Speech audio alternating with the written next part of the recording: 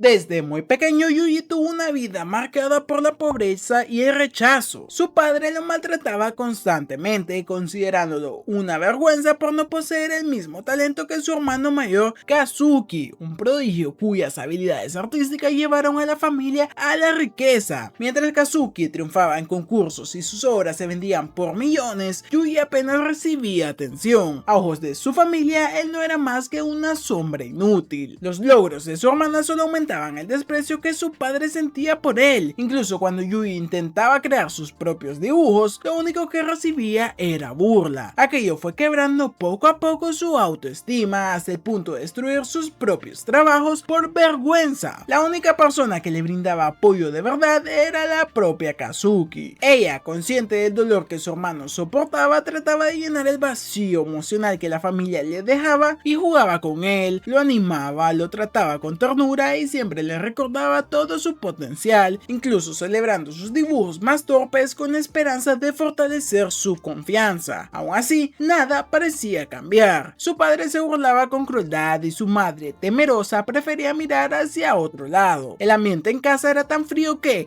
incluso cuando la familia salía a cenar, Yuji quedaba atrás, alimentándose solo de pan duro que debía remojar en agua para poder tragar. Kazuki, impotente, trataba de defenderlo, pero su voz no era suficiente para revertir la indiferencia de sus padres. Con el tiempo, Kazuki comenzó a apagar su propio brillo, renunció a sus estudios en París y se quedó con Yuji, intentando crear un refugio para él. Le enseñaba a leer manga y lo animaba a hacer amigos, temiendo que se convirtiera en alguien tan vacío y resentido como su padre. Mientras tanto, sus dibujos ocasionales se convirtieron en la única fuente de ingreso para la familia, lo cual solo agudizó la dependencia y la tensión. El vínculo entre Yuji y su hermana se volvió cada vez más intenso y ambiguo. Kazuki se obsesionó con protegerlo a toda costa. Comenzó a controlar con quien hablaba, especialmente si se trataba de chicas. Le exigía permiso para hacer nuevas amistades y se molestaba si sentía que alguien podía ocupar su lugar. Un día incluso llegó a proponerle que se bañaran juntos como hermanos normales, y más tarde lo besó afirmando de que lo que compartían era amor verdadero. A pesar de todo esto, Yuji intentó llevar una vida normal. Se inscribió en una escuela secundaria común y se unió al equipo de baloncesto para ocultar sus verdaderas habilidades. Pero debajo de esa fachada se escondía alguien que ya sabía manipular a su entorno. Pero ese frágil equilibrio se rompería en un instante. Un accidente de autobús, un barranco y docenas de vidas perdidas. Solo una sobreviviente, una chica pelirroja. Tras la tragedia del accidente, la vida de Yuji se tornó aún más oscura. Su padre, incapaz de lidiar con la pérdida y consumido por su propia frustración, cayó en una profunda depresión que lo arrastró directo al alcoholismo. Su carácter se volvió más violento y errático y su madre, temiendo por la seguridad de su hijo, comenzó a esconderlo cada vez más de aquel hombre. Yuji solo podía oír los gritos que su padre lanzaba con furia. Finalmente, Yuji y su madre decidieron escapar y se mudaron a un pequeño lugar donde, por primera vez en mucho tiempo, su madre lo trató como un verdadero hijo. Yuji, aunque vivía en la pobreza, comenzó a disfrutar del calor de una familia real. La comida hecha por ella, los pequeños momentos compartidos, todo era simple pero lleno de afecto, y aquella etapa, por breve que fuera, se sintió para él como el cielo. Pero esa paz sería efímera. Un año después su padre los encontró y la escena fue brutal. El hombre, completamente fuera de sí, le exigió a la madre de Yuji que le diera otro huevo de oro. Yuji no pudo soportarlo más y trató de enfrentarlo, pero su padre lo empujó con violencia contra el refrigerador, y con el cuerpo adolorido y los recuerdos de su hermana en la mente, Yuji miró fijamente a su padre, decidido a terminar con todo. Recordó las palabras de Kazuki preguntándole alguna vez con qué mano acabaría la vida de un hombre. Su madre, desesperada, le pidió que huyera, le entregó todos sus ahorros diciéndole que lo alcanzaría luego. Confiando en ella, Yuji corrió hasta la estación de tren. Esperó por horas hasta que las sirenas de ambulancia comenzaron a escucharse en la distancia, y cuando regresó a casa lo que encontró fue devastador. Su padre había sido acuchillado y su madre ya no estaba con él. Nunca más podría volver a escuchar su voz. Despertó en un hospital solo con una nota de su madre. En ella se disculpaba preguntándose en qué había fallado y deseando poder haber vivido un poco más junto a él. Sin familia familia y sin hogar, Yuji fue tomado por un misterioso hombre llamado Rai, aquel sujeto que había aparecido en su casa años atrás con una sonrisa inquietante y una caja de chocolates. Ahora se convertiría en su tutor. Lo vistió como a su hermana Kazuki y lo trató con una mezcla de obsesión y perversidad. Aunque Yuji se esforzaba por ignorarlo, no podía negar que, al menos, tenía un lugar donde comer y dormir, pero aquel refugio era solo el inicio de otro infierno. Una noche ese guardaespaldas de Rai intentó abusar de él y Yuji, impulsado por su instinto de supervivencia, acabó con su vida. Rai, lejos de molestarse, lo felicitó por haberse defendido y le dijo que lo convertiría en una herramienta perfecta, así que lo envió a un campamento militar para endurecerlo. Ahí Yuji fue moldeado como un arma y día tras día se entrenó para volverse el soldado perfecto. Rai, quien se hacía llamar Oslo en aquella isla, lo adoctrinó en la idea de que todos eran sus enemigos, la humanidad, sus padres e incluso su propia hermana. Solo Oslo era su aliado y los cuchillos su única forma de sobrevivir. Aunque era acosado por los demás niños, hubo una excepción, una chica amable llamada Marlene, quien no recordaba su pasado, lo cuidaba y hasta guardaba su comida para él. Para Yuji era como un rayo de luz en medio de la oscuridad, pero incluso eso fue arrebatado. Llegó el día del examen. Su prueba era simple, debía matar a quien estuviera al otro lado de la arena, y esa persona efectivamente era Marlene. Yuji no dudó, corrió hacia ella con velocidad, golpeándola y derribándola una y otra vez. Sus reflejos y su fuerza la superaban claramente, incluso cuando Marlene intentaba levantarse, Yuji la volvía a tirar al suelo con una patada implacable. Pero entonces su mente se quebró. Las imágenes de su madre, los gritos, la sangre, el dolor, todo se volvió en su cabeza de golpe, y aquella noche, con aquella pérdida, su espíritu se resquebrajó, y en ese instante fue Marlene quien lo derribó y se paró sobre él sonriendo. Tras ser derrotado por la propia Marlene en aquel examen final, Yuji quedó tirado en el suelo, humillado y vencido. Marlene, aún de pie, comenzó a golpearlo una y otra vez, mientras Yuji asumía que ese castigo era el precio que debía pagar por haber destruido a su padre. Encerrado en una celda con el cuerpo cubierto de heridas, Yuji fue visitado por Marlene, quien entró llorando, arrepentida por haberlo lastimado. Se disculpó entre sollozos, deseando no haber tenido que levantarle jamás la mano, y aún así fue la única que se preocupó por él durante sus días tras las rejas. Le llevaba comida, hablaba con él y fue su único rastro de humanidad hasta el día de la graduación, porque ese día Marlene le dijo a Yuji que volverían a verse algún día, pero fue una promesa que jamás se cumplió. Aquellas palabras fueron lo último que escuchó de ella. Tiempo después, una enfermera le dijo a Yuji la noticia. Marlene había perdido la vida y entonces la culpa lo golpeó de frente. Se preguntó si acaso su amabilidad había sido un error. Tal vez si le hubiera golpeado de regreso, si se hubiera entregado al odio, podría haberla salvado. Tras graduarse del campo de entrenamiento, Yuji recibió su primera misión oficial. Tenía que acabar con la vida de un hombre rico, y para cumplir el encargo se disfrazó de doncella y se infiltró en su mansión. Con rapidez y precisión completó esa tarea, y así, una tras otra, sus misiones fueron ejecutadas con éxito, cada vez más letal y cada vez más vacío. Pero su historia dio un giro inesperado cuando un día las fuerzas especiales irrumpieron en la base de Oslo. La policía arrasó con todo a su paso. El operativo fue brutal. Los agentes destruyeron la seguridad del lugar y acorralaron a Oslo. Cuando llegaron al núcleo de refugio, encontraron un pasaje subterráneo sellado con una puerta de acero. La volaron por los aires esperando encontrar a su objetivo, pero dentro solo había un niño de cabello blanco. Era Yuji, sentado en la oscuridad, solo, y en ese instante su cabello blanco comenzó a caer como si algo dentro de él se quebrara para siempre. Masako, una de las oficiales del operativo, observó al niño con atención y supo de inmediato que había encontrado algo más que un superviviente, así que decidió llevárselo a Japón, y junto a ella fue Ivy, quien exigió supervisarlos dentro del hospital. Pero el primer encuentro no fue precisamente cálido. Masako le ordenó salir de la cama en 40 segundos, golpeándolo en la cabeza y amenazándolo sin piedad. Cuando Ivy intervino y le pidió que fuera más amable con el chico, Masako simplemente respondió que Yuji no sabría cómo reaccionar ante la bondad, porque jamás la había recibido. Le agarró la cara y le prometió que a partir de ahora sería su diosa y su única guía. Ya en casa le exigió que se quitara la ropa sucia, pero lo que descubrieron los dejó en shock. El cuerpo de Yuji estaba cubierto de cicatrices, heridas de bala, quemaduras y moretones. Masako le pidió a Hibiki que trajera comida y bebida, pero Yuji no tocó nada. En cambio, cuando una simple mosca se posó sobre la mesa, él la aplastó con la mano. Su mirada se perdió en el insecto muerto, su mente congelada, y de pronto comenzó a gritar de terror y terminó vomitando. Masako intentó reconfortarlo, pero solo atinó a reprenderlo con dureza por vomitar en su casa. Durante la noche lo bañó y descubrió la verdadera magnitud del daño: 2 heridas de bala aún abiertas, incontables cortes de cuchillo, huesos rotos mal curados y otro sinfín de cosas. Era un milagro que estuviera vivo. Masako pensó que quizás la muerte habría sido más compasiva, pero en lugar de rendirse juró que protegería como su nueva deidad personal a ese niño. Al día siguiente Masako se sentó sobre él, forzándolo a comer. Yuji, en su desesperación, le suplicó a JB que lo ayudara, y Masako se burló de ella,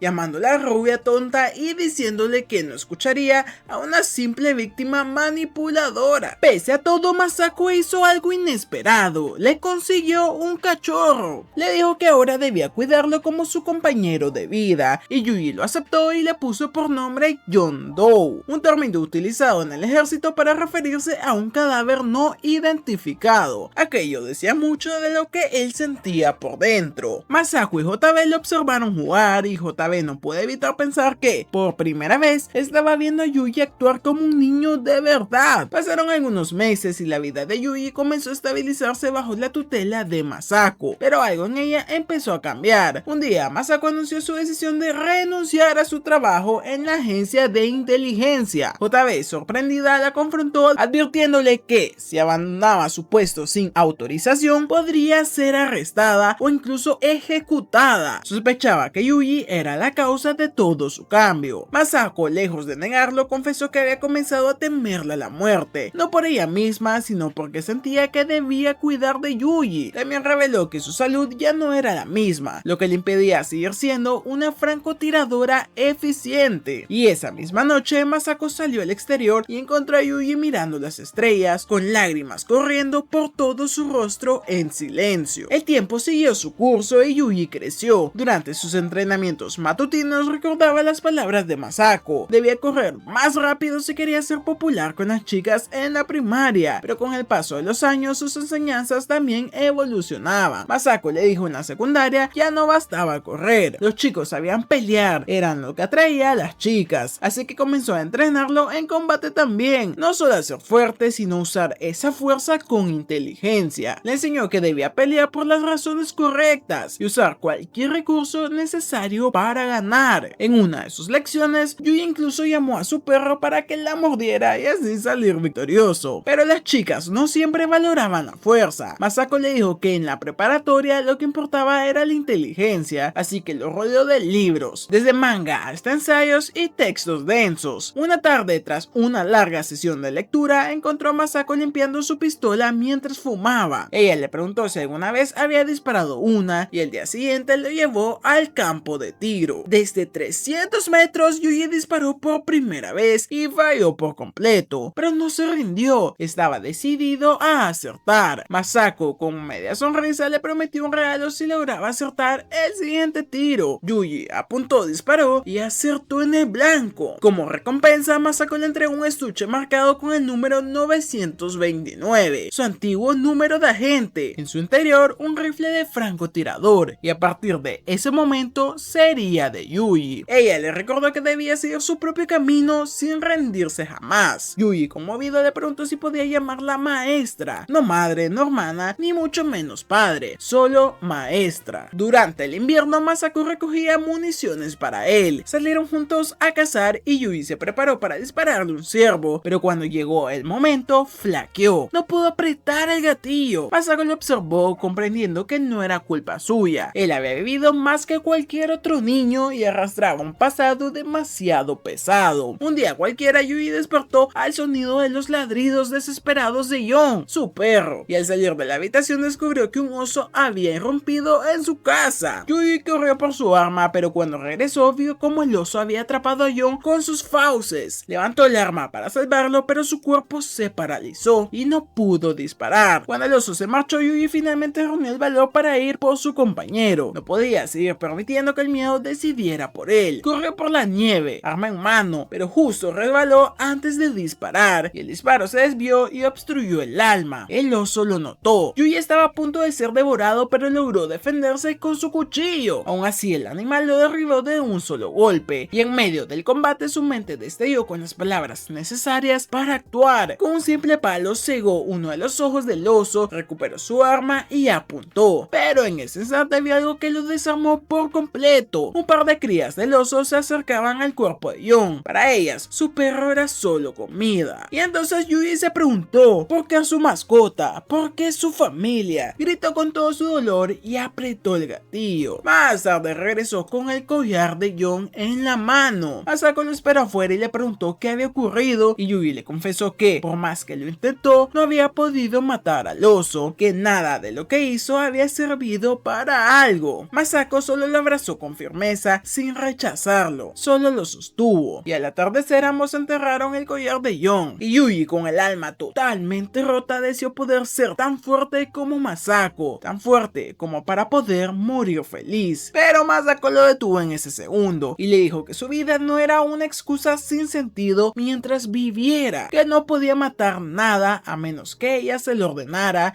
y le recordó que cada comida, cada día bajo un techo, cada bala era pagada por los contribuyentes y por eso él tenía una deuda con el mundo, una deuda que debía saldar protegiéndose. En el pasado, Asako le dijo a Yuji que antes no habría podido morir hasta eliminar a 10 enemigos, pero ahora su misión era completamente distinta. Debía salvar a 10 personas. No importaba si era demasiado débil como para apretar el gatillo por sí mismo, siempre debía tener el coraje de hacerlo si era para proteger a alguien más. Y con el paso de los años, JB observaba el crecimiento de Yuji desde la distancia. Un día, Asako reveló con una sonrisa que Yuji finalmente había completado el desarrollo de su trama. JB, confundida, preguntó a qué tipo de historia se refería y Masako respondió sin pudor que ella era esa historia, el día que dejó atrás su armadura emocional y culminó en su rostro antes de llegar a esa acción descendente. Yuji recordaba bien ese momento. Estaba en la ducha y Asako le preguntó cuándo era su cumpleaños. Él respondió que justamente ese día. Entonces ella le preguntó qué quería como regalo y el prota ingenuamente respondió que deseaba una tutora más amable. Ella lo mordió, lo hizo sonrojar y entonces le prometió el mejor regalo de todos, ella misma. Ese fue el día en que compartieron su primera vez. JB no podía dejar de preguntar si solo lo habían hecho una vez y Masako, sin reservas, dijo que desde entonces habían completado el desarrollo de la trama del prota todos los días. Justo en ese momento, Yuji regresó con el ramen y JB cambió rápidamente de tema, fingiendo que no hablaban de nada, y Masako burlona le dijo que por eso nunca había alcanzado su propio clímax. Le pidió que le diera una oportunidad ya que lo había entrenado bien, y para desinhibirla le sirvió algunas copas. Después de unas cuantas botellas, Masako, ya embriagada, llamó a Yuji para encargarle una misión especial: hacer pasar a JB un buen rato. La llevó al dormitorio y no la dejó ir. Esa noche la cena quedó sin tocar y en su lugar fue JB quien terminó siendo, ya saben, devorada por el bueno del prota. Pasaron algunos años más, pero mientras Yuji seguía creciendo, la salud de Asako comenzó a deteriorarse. Yuji notaba cómo sus manos temblaban cada vez que bebía. Preocupado, le rogaba que dejara el alcohol, pero cada vez que le preguntaba si estaba enferma, ella lo negaba con una sonrisa forzada. Aún así, no podía ocultar el deterioro de su cuerpo. Su desconexión aumentaba, faltaba al trabajo con frecuencia y había días en los que ni siquiera podía contestar al teléfono. Yuji empezó a cubrirla en sus tareas, atendiendo llamadas importantes en su lugar, y un día un agente le ordenó a Masako que respondiera a una misión de alto nivel, invocando al artículo 9, así que Yuji, sin pensarlo, asumió esa misión. Poco después, JB le preguntó por qué ya no hablaba con él en el sitio de operaciones, y Masako confesó con voz baja que en realidad no había sido ella quien había estado completando los trabajos, sino Yuji. JB, furiosa, explotó al enterarse y acusó a Masako de estar obligando a Yuji a seguir los mismos pasos que Oslo, el hombre que lo manipuló desde niño. Pero Yuji no lo veía así, insistió en que era su propia decisión y que quería algún día devolverle a Masako todo lo que ella había hecho por él. JB, preocupada, temía que Yuji se estuviera hundiendo en el mismo estilo de vida autodestructivo que Masako, pero él lo tenía claro. Esta era la única forma en la que podía encontrarle sentido a su vida. Ella no se quedó callada. Salió de la base con Yuji y mientras se alejaban por el río, disparó su arma al aire liberando toda su frustración. Y entonces le preguntó si acaso él le había dicho a Masako que quería ser como ella. Yuji respondió que sí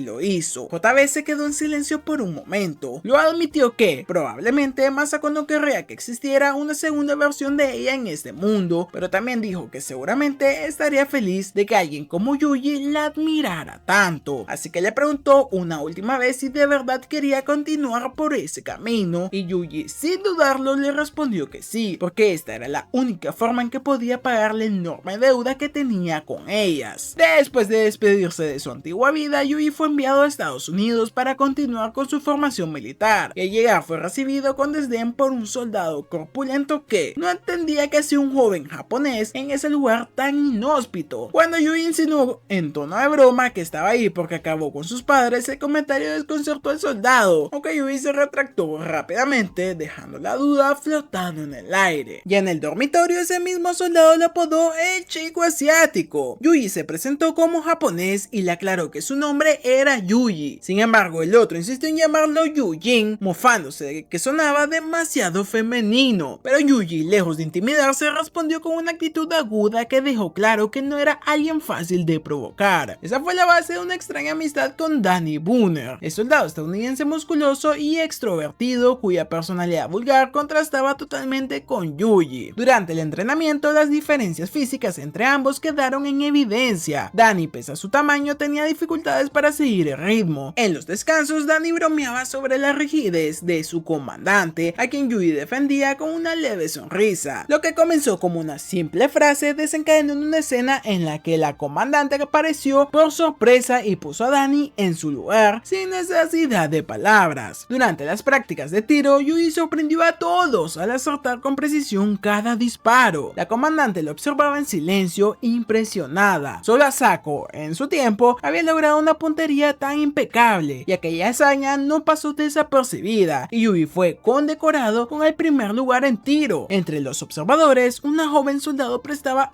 especial atención a su desempeño. Esa misma noche, ella se le acercó. Su nombre era Millie y había quedado en un segundo lugar en la puntería, y sentía que tenía algo que demostrar. Junto a la piscina, Millie intentó imponerse con brusquedad, pero Yuji la contuvo con serenidad. En lugar de una confrontación, lo que siguió fue una conversación sincera. Fueron juntos al campo de tiro, donde Millie compartió un recuerdo de su padre, quien decía que podía acertar a blancos fuera de alcance. Ella pensaba que era solo una exageración de borracho. Yuji falló su primer disparo, pero antes del segundo se tomó un momento para respirar. Observó el cielo, preguntó en voz baja por su color, apuntó y esta vez acertó. Le dijo que quizás su padre no mentía, y en ese instante Millie descubrió que podía confiar en alguien. Con el entrenamiento finalizado, Yuji fue asignado a una misión en el extranjero. Durante el viaje en el barco, Danny, siempre en su estilo burlón, le preguntó qué había comprado con el dinero ganado. Mientras él se jactaba de haber adquirido un carro, Yuji confesó haber comprado solo un reloj de dama. Danny se rió de su elección, sugiriendo con comentarios vulgares que Yuji había estado demasiado cerca de Millie, y ella, escuchando todo, lo puso en su lugar con un solo golpe. Mientras tanto, entre los tripulantes del barco, un individuo extraño jugaba con fervor a un simulador de citas con